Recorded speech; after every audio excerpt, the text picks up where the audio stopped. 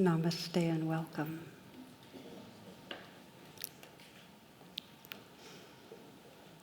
This class is the second part of a two-part series called Beyond the Controlling Self.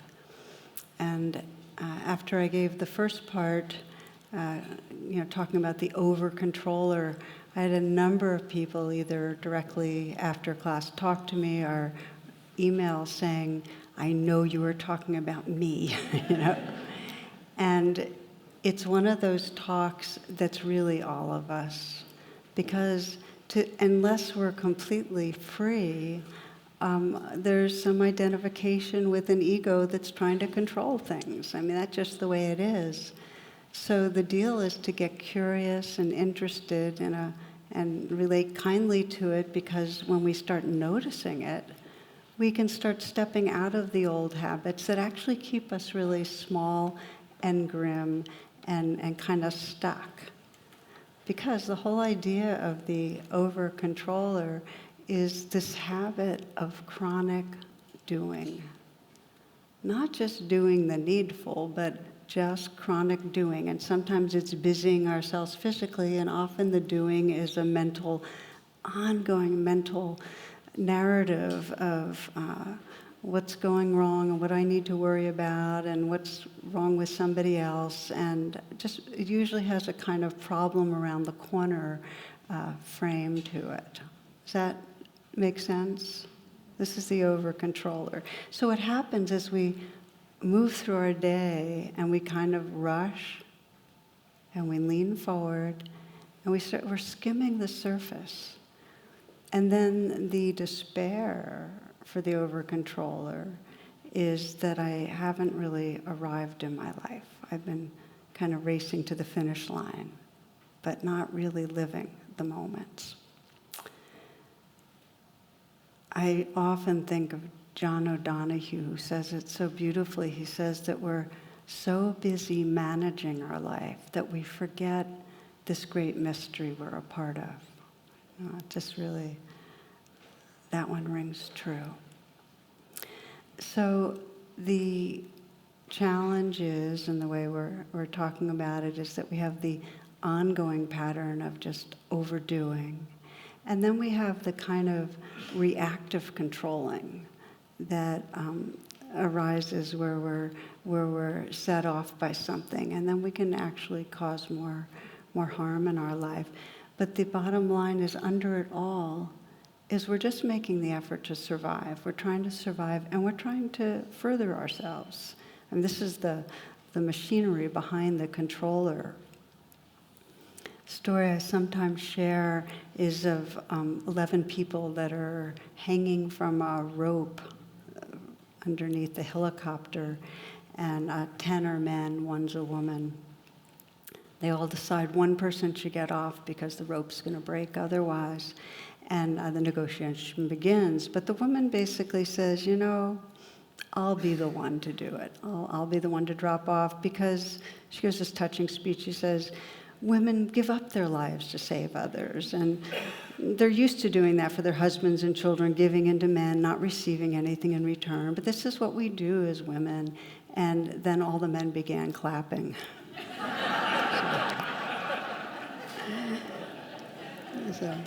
So forgive me if this lands wrong for anybody, but you get the idea that there's the controller's manipulating for their own benefit. And we know there's, sometimes we're into more chronic manipulation when we're feeling threatened and squeezed, and sometimes it's just now and then. I posed in the last talk the myth of Sisyphus. I kind of offered that forward as an example of when we get really trapped, when our over-controlling behaviors, our ways of trying to push or make things happen, really define our lives.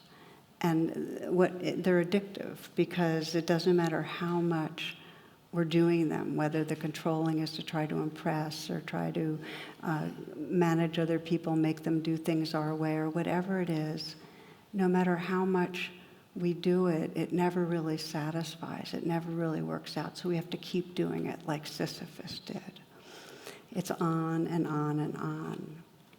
I ran into this cartoon. There's a bunch of cavemen and they're bowling with a massive boulder and they're pushing it uphill.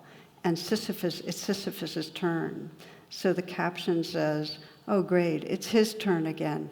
I'll bet he takes forever." Bowling with Sisyphus.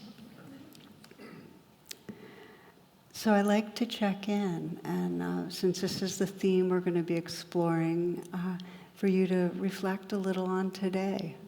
Just to maybe close your eyes for a moment and just scan through the day. And we each have a sense of our controlling self. I mean, how much were you living inside of or from your controlling self, where you were trying to busily manage things or get things done or in some way rush through, manage others?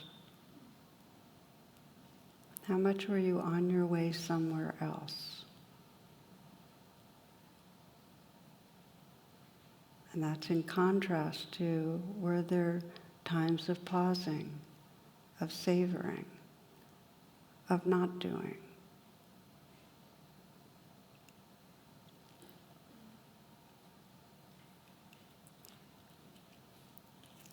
This is a reading from a Tibetan teacher who says, give yourself a break. Give yourself a break. That doesn't mean to say you should drive to the closest bar and have lots of drinks or go to a movie. Just enjoy the day, your normal existence. Allow yourself to sit in your home or take a drive into the mountains. Park your car somewhere. Just sit, just be. It sounds very simplistic, but has a lot of magic. You begin to pick up on clouds, sunshine and weather, the mountains, your past.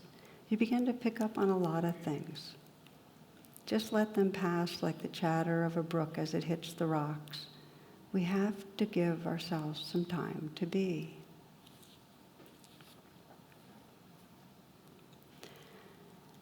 You can open your eyes if you'd like. Now you might be thinking, well, that's really nice for somebody that's got a lot of free time and lives by the mountains and thinks driving cars are good. But for me, so there's all sorts of yeah buts. Give ourselves a break, and taking a pause can be in many, many versions. It can be very creative. It really has to do with stopping the busyness, even for a minute or two here and there, and feeling our breath, or taking in the blossom of a tree, because spring is everywhere around this area, or in some way listening when another's speaking and really just stopping and listening. It's the simple things, and yet when our limbic system is agitated or activated, there's a tendency not to listen, not to pause, to keep steaming along. And the habit is, and this is the basic thing, our habit's to perceive there's a problem, that in some way, whatever's going on in our life, we're trying to solve a problem. And that's the thing I'd like to invite you to kind of watch out for, that you're in the day and you're trying to solve a problem, and then all of a sudden you become the problem-solving self, and there's really no way to pause and sense presence and sense love and see into really the mystery that's here. Be with it some. So the last class we explored how do we begin to interrupt the habitual controlling, and when we're in a kind of reactive state. We talked about how if, let's say, we're really busy trying to control by criticizing or by proving ourselves, that we might learn to pause some and sense, well, what's the real need here? And is there a way that I can be with myself and respond to that need so I don't have to keep playing out that behavior? So that was the way we explored it, this kind of interrupting. So we're going more from controller to being with. It's not so easy. the pattern is really deeply grooved on how we do it. Here's what Annie Lamott writes. She goes, I know I need to let go or I'm going to be dragged. Letting go is definitely not my strong suit. Neither is forgiveness. In fact, they're the two things I'm the worst at. Why couldn't God's answer be, why don't you obsess endlessly about this? Then try to control the situation to a fare thee well and be sure not to breathe out at all and try to manipulate everyone into doing everything your way and then stamp away and brood for a while and then eat a bag of Hershey's Kisses.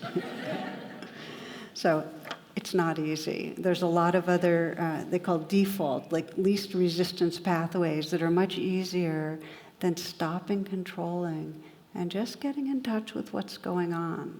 We don't do that so much. Now, since I mentioned that everybody was taking very personally these talks, I'll say that I talk about things that are what I need to keep waking up on. And so I'm watching the controller in my life all the time. And I usually tell stories about my controller that date back, 3 decades or so. But it's not that it's not here. But I do want to share one of the key areas for me that I've found is so important to track on the controller is where it creates distance in our relationships. And I'm going to invite you to kind of check that out. Like, where is my controlling in some way creating a distance? And for me, one of the places that I felt the most angst was being a mom of a high school age son. And our drama was that he went through high school and he didn't try at all. He was here, just talking about this locally at Whitman and Bethesda.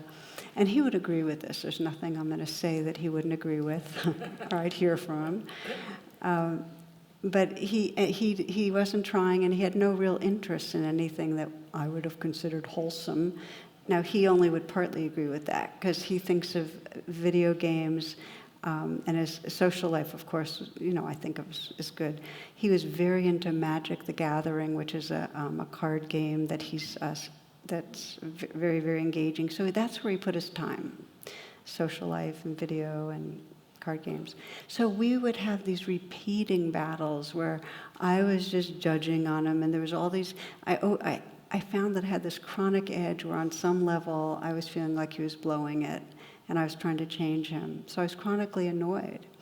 And yet senior year came around and I realized, oh my gosh, he's going to leave home. This is a flash of time with my boy, and here I am chronically judging him, being the controlling mom. So that's when I started deepening my attention.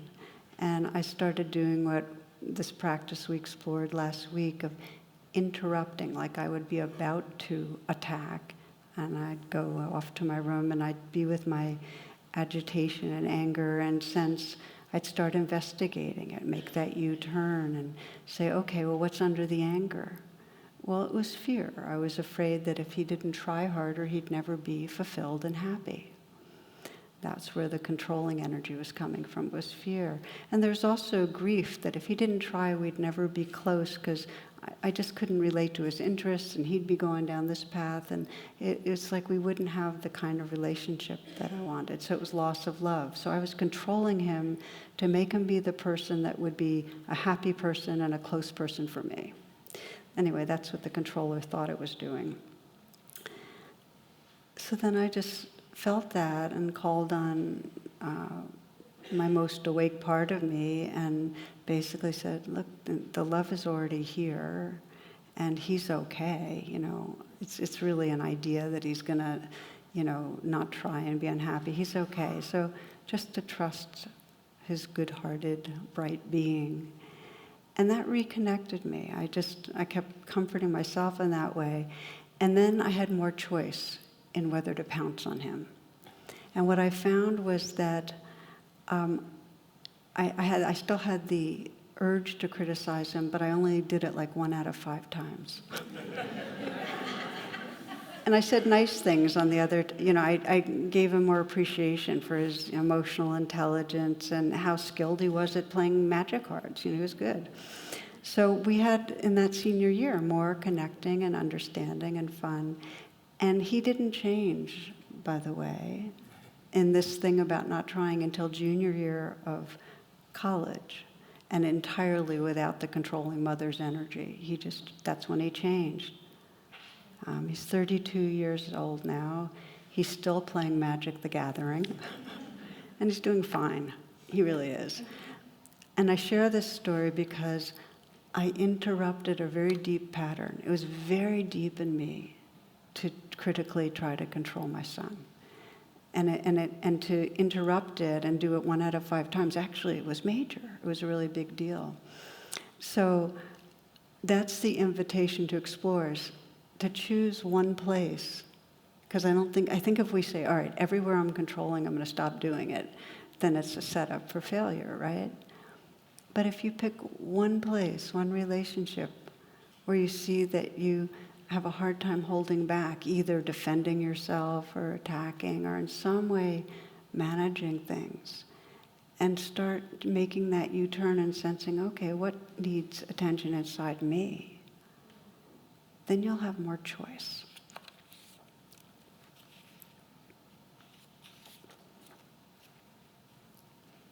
So I want to name a few other pathways of working with the controller. One of them is just what I named. You see the pattern of controlling and bring the attention inward. There's another way that is really, really powerful, and I think of it as handing over control. That we see where we're really caught in controlling, either just mentally or actively, and there's a kind of surrendering that comes. Now, there are times this happens in our life where we hit a wall because, we've been doing financial maneuvering, but we hit a wall and we become bankrupt, or a criminal activity of controlling and we hit a wall and get caught, or we're a workaholic and we have a heart attack. So there are times that we end up surrendering, but that's not the kind of surrendering I'm talking about. That's not the kind, it's when those are kind of forced. And the way you know it is the pattern comes back as soon as it has an opportunity, okay? There was a magician working on a cruise ship. He had a parrot that was always ruining his act, saying in the middle of the trick, the card's up his sleeve, or he has a dove in his pocket, or he slipped it through the hole in his hat. Well, one day the ship sank. The parrot and the magician found themselves together on a life raft. For several days, the parrot sat silently and stared at the magician. On the 4th day, the parrot said, okay, I give up. What'd you do with the ship?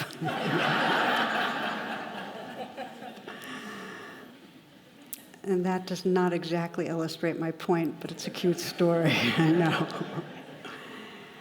The surrender I'm talking about really comes out of a deep inner wakefulness and an embodied presence. It's kind of a river releasing into the ocean. And I can give you a few examples. And as I do, you might scan your life to see where it might be relevant.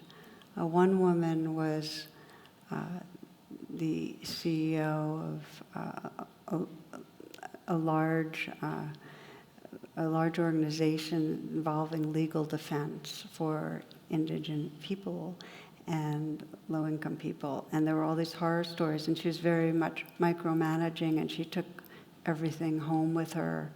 And it was really causing a schism in her family with her husband and so on, because there was no break from problem mentality. She was living in the world's a problem.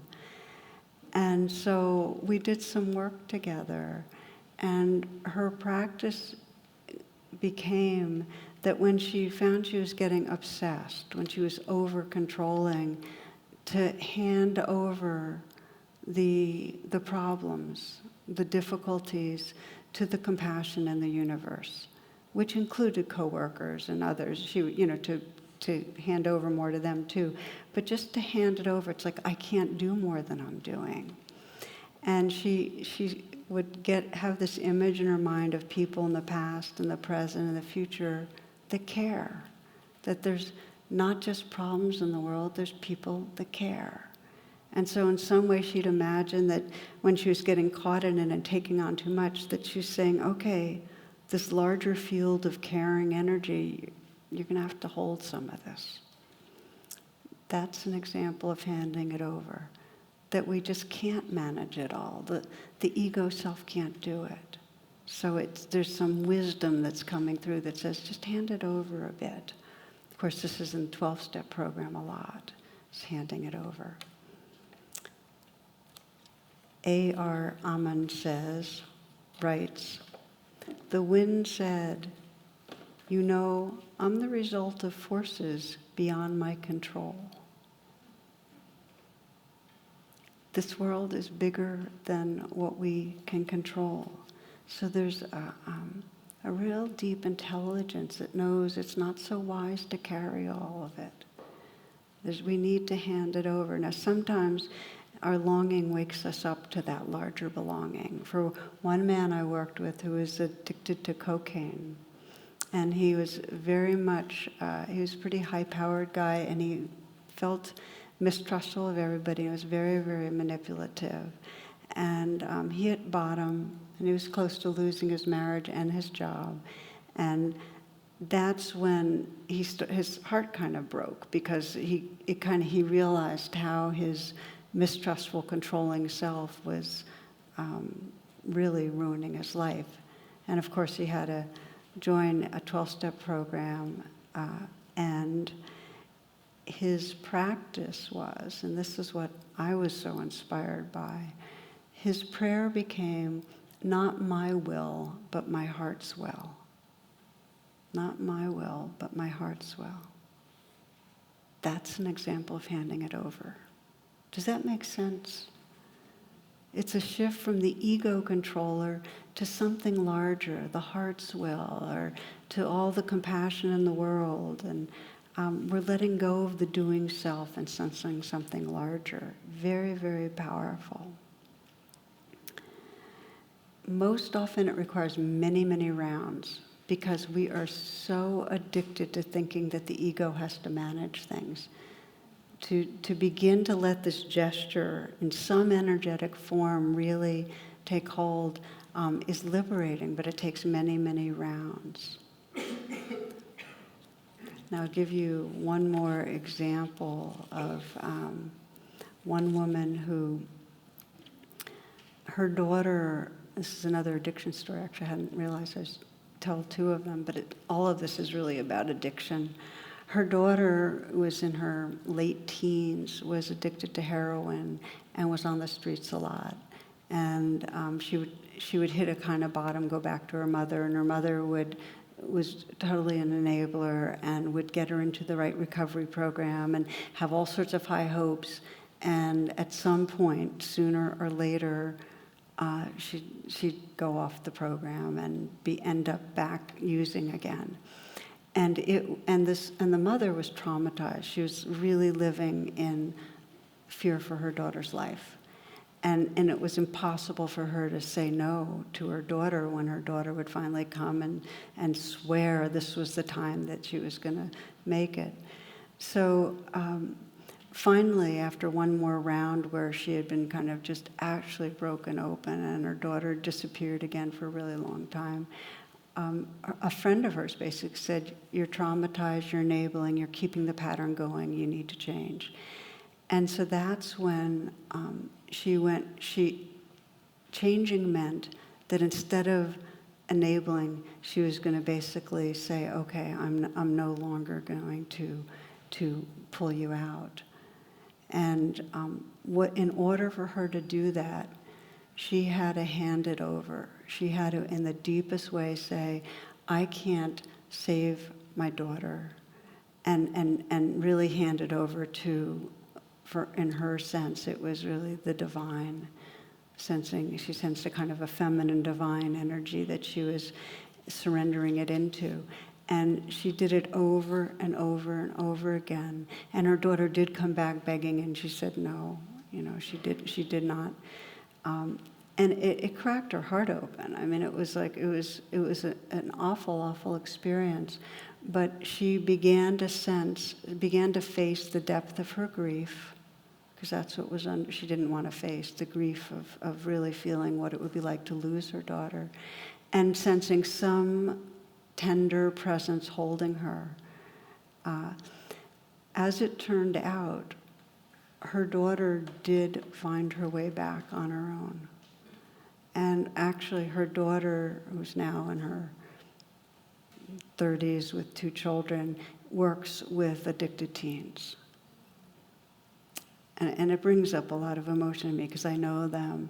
But this woman had to break the pattern of controlling, in this case enabling, by handing it over. And it's the hardest when it's our children, I think. I know for myself that handing it over, this gesture has become one of the most powerful pathways for me. In some way, I do it especially when I find myself caught in a sense of personal badness, like when I'm on my own case and I feel like the conditioning I call self has acted out in a way I don't like, and I feel that badness. In some way, I'm saying, okay, beloved, this belongs to something larger. I'm not going to let it be owned by a self.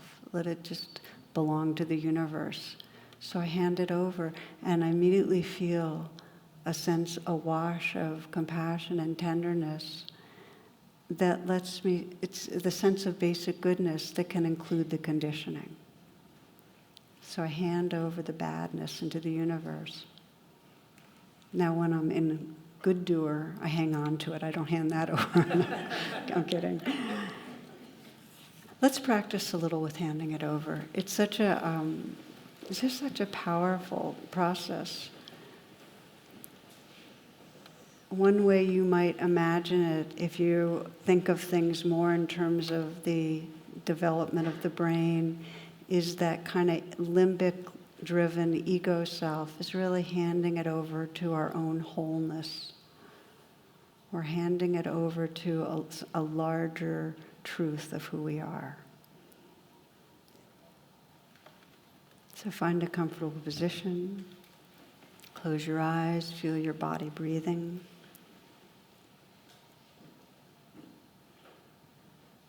Let yourself relax back and be right here.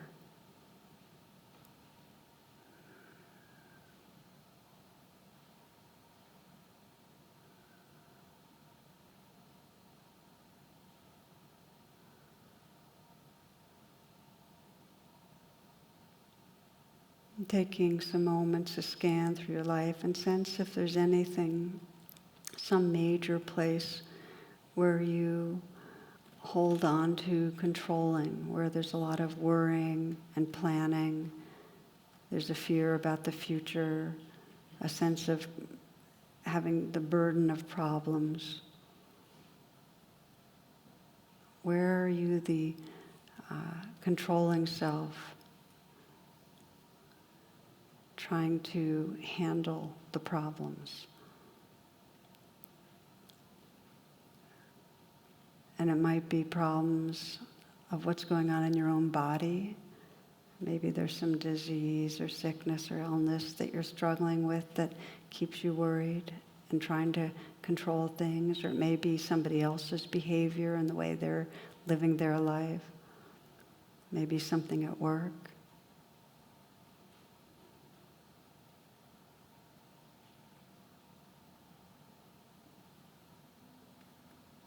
Maybe it's a relationship that's really difficult and conflictual and you keep trying to fix it.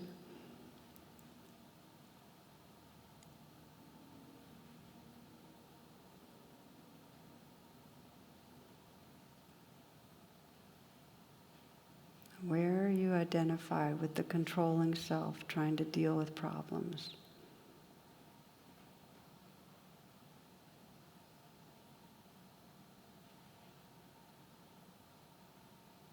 Where are you carrying burdens that are oppressive?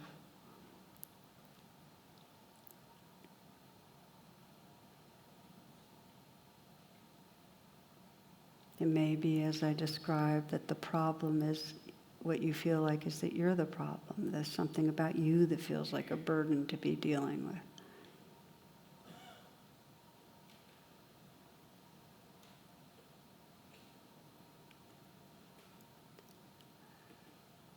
Now take some moments to bring to mind some benevolent entity or formless being, could be God, Spirit, the intelligence of the universe, the compassion of the universe, Jesus, Buddha, Divine Mother, nature. Whatever you sense as wise and compassionate and larger. It might be your future self, what we sometimes call your own awakened heart-mind. But bring to mind some larger sense of being.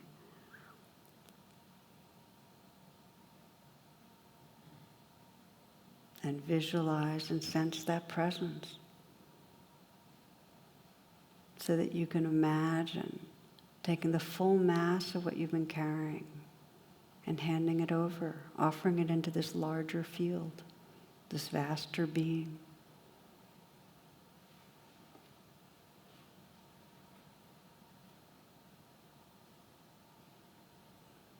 For some, if you want to experiment, you can actually feel the physical gesture of kind of bowing your head and palms open, just offering it up and out. It's no longer your small self's job to worry. Let it be held in the hands of something larger.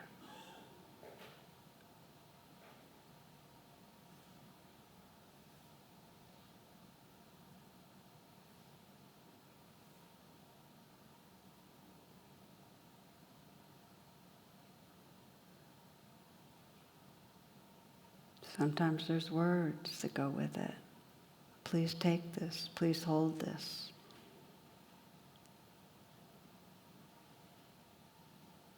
Let this be held in something larger.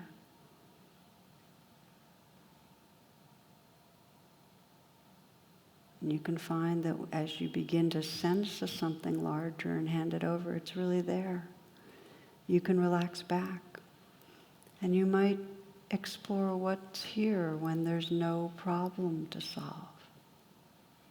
Right this moment, if there's no problem here, what's the experience?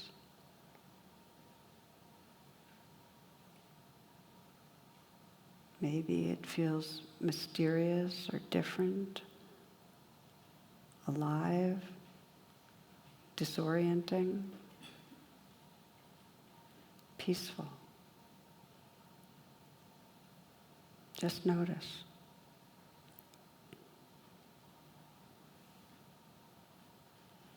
And sense the possibility that in the days and weeks to come, when you start feeling that burden that you're carrying, that there's a problem either inside you or in another, and you've been feeling oppressed, the controlling self, that you can pause, that you can call on and remember a larger sense of beingness and hand it over and sense more space, more freedom.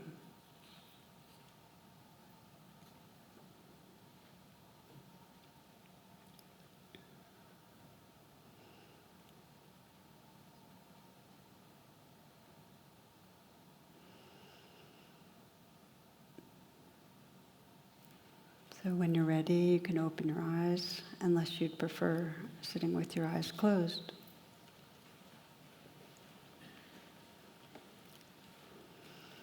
The last piece is we're going to widen it to the societal level, and you might sense what comes to mind when you think of the energy of the over-controller in our world.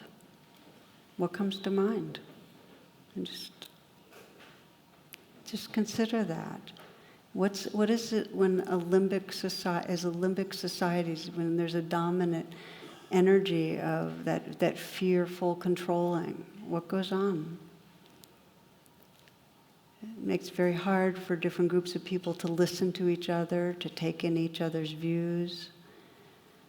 The over-controller is typically punitive, so there's more punishing, right? More walls barring people and protecting. There's an energy of contempt when there's over-controlling. There's greed, there's amassing wealth with little concern for others. When we're over-controlling, we're relating to animals in the earth without concern. It's more that animals are there to satisfy our appetite, oil to satisfy our appetite. So that's just the feeling for it. The over-controller is fear-based and on a societal level causes huge harm. So what we can then begin to explore is what would happen if on a societal level there were the kind of trainings and explorations that could begin to interrupt the controlling energy and bring us to some much deeper sense of compassionate presence. How would that change things? And one description of that I remembered from a novel, a Kurt Vonnegut novel. And in the novel, a man's sitting and watching television. He's watching a movie from World War II, and I'm going to read this piece.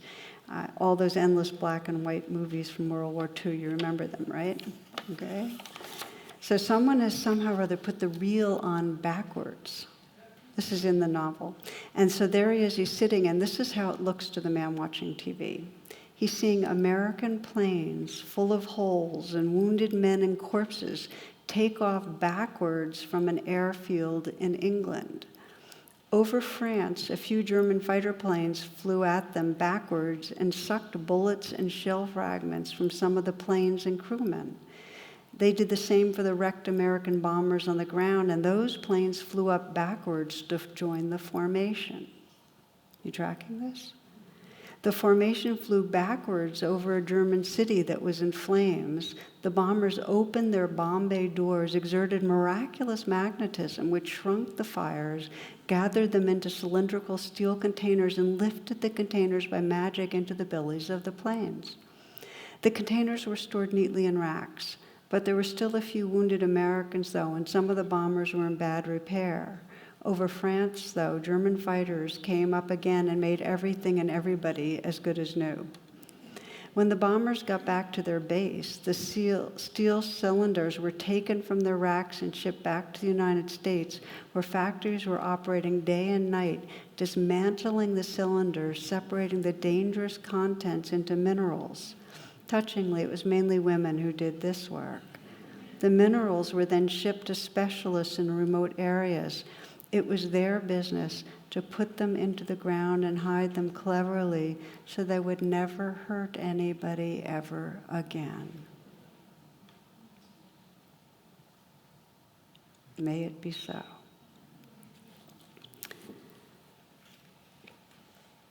There's a choice to stop violence. The over-controlling energy of the limbic in our society is addictive too.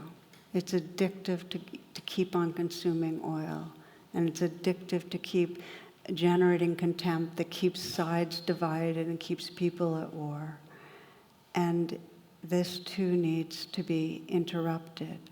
So we begin the practices, we're doing them in our own lives, we begin to bring them into the world, and that's what's happening. I mean, you can find now trainings in mindfulness and nonviolent communications and dialogue and so on in all sorts of different settings, schools and so on. And you can see with restorative justice, to me, is one of the great examples of where really the practice of this really bringing a mindful presence versus playing out the patterns of reactivity.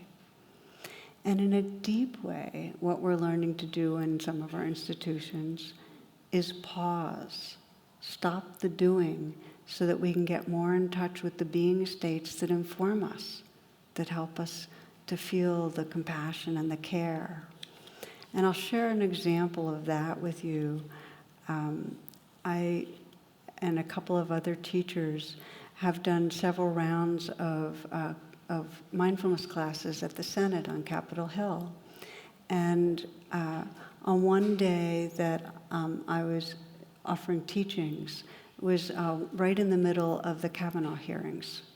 And as you might remember, this was a time in the country of enormous tension, animosity, and contempt, and everything flying around. Because I was very in touch with the staff that were coming to the mindfulness classes, the staff people were inundated with the horror. They were getting calls from people who had been sexually abused from around the country. So it was a really, really intense time. They'd been getting barrages of calls with these graphic stories of abuse and letters. And so the trauma was just thick. So there on that day of the class, to get to the class, the staff people had to walk through the marble atrium of the Hart Building in Washington. And right there in that hallway in the Hart Building, there were a group of women lining the bridge, and they're all dressed in black with black veils and duct tape over their mouth, demonstrating. There were 80 protesters around. There's a cacophony of sound, and it really bangs against the walls, and so there was rage, that you could feel the atmosphere of rage. And these staffers and others attending the class had to walk through this. Regardless of their positions, this is what they were walking through, and going to this space that was really, really quiet, and spending an hour feeling their breath and feeling their hearts and bringing kindness to themselves and feeling their wishes for the rippling out. And to hear how they described afterwards what it was like to have a refuge and take a pause in the middle of that was so powerful, because really what it made me kind of focus on is that any wise culture needs to know how to take collective pauses. We get so into the cycles of reactivity, and no matter what our positions are, whether we're on the right or on the left, contempt flies both ways. And we build up the momentum so we lose track of the real presence that allows us to reach out and connect and be wise. We need spaces to pause and stop the doing. So I want to close. We're going to just a little bit of a summary, and then we'll do a very brief rechecking in together, okay? And to say that every one of us is designed, our nervous systems are designed to try to get what we want. We're designed to try to not only survive, but thrive. And the idea is not to tense against that conditioning and not to take it personally. There's a book I have of children's prayers to God. And one of the prayers is, Dear God, please forgive me for hiding my sister's favorite doll, and please don't tell her where it is. Another one, Dear God, thank you for the baby brother, but what I asked for was a puppy. I never asked for anything before. You can look it up. Dear God, please make my parents understand that if I don't eat salad, I do better at school. And they go on.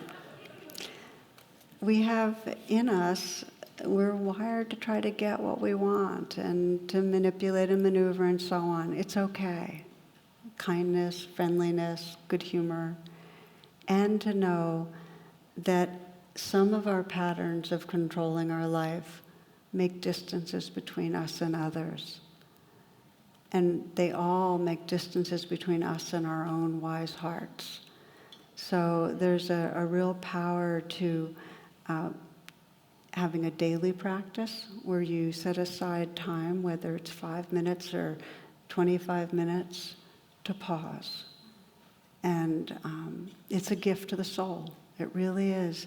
To just know that every day, because nature loves a rhythm, you're going to stop and you're just going to be with your own experience. You know, one of my friends says, you put your tush on the cush and you take what you get, you know?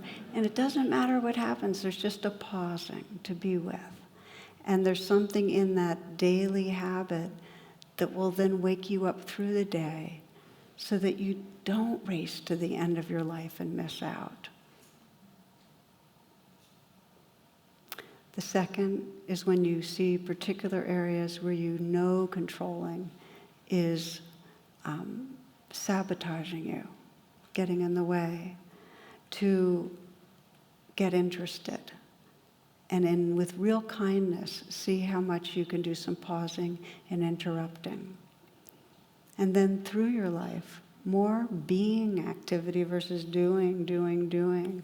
It's said in many shamanistic societies that if you came to a medicine person complaining of being disheartened or dispirited or depressed, they'd ask you one of 4 questions. When did you stop dancing? When did you stop singing?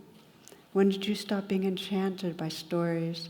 And when did you stop finding comfort in the sweet territory of silence?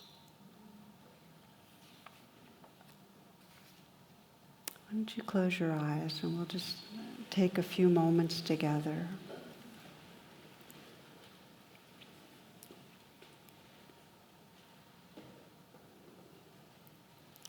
We sometimes, even on the spiritual path, think of it like, well, I'm a human on a spiritual path. I'm trying to get somewhere. And you might think of it instead that you are spirit experiencing a human existence. You are awareness waking up through these bodies and minds. And that this light and love of awareness, which is what you are, is always and already here. There's no doing to get there. There's no there. It's more to sense how doing takes us away and choose to relax back. Stepping out of the story of a doing self who has to solve problems. And coming home right here, more and more. Coming home here because you remember, oh, maybe I'll dance or sing or find comfort in the sweet territory of silence. We take these last few moments. Sense this as a pause, as important a pause as any pause in your whole life. Just to arrive, really be right here. Notice how it is. There may be pleasantness and it may be unpleasant. You may feel restless, you may feel bored. But you can also sense there's a preciousness when we stop. You might sense between the thoughts that there's some space. And that space is filled with the light of awareness.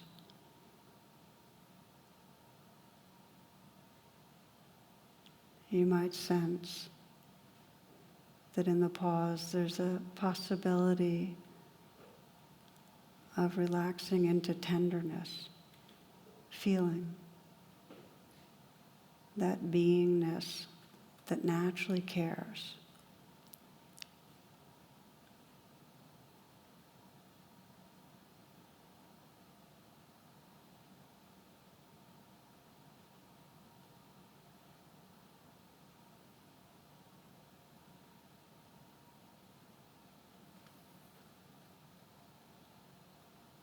And we close with the words of Black Elk. The first piece, which is the most important, is that which comes within the souls of people when they realize their relationship, their oneness with the universe. And when they realize that at the center of the universe dwells the Great Spirit, and that this center is really everywhere. It is within each of us.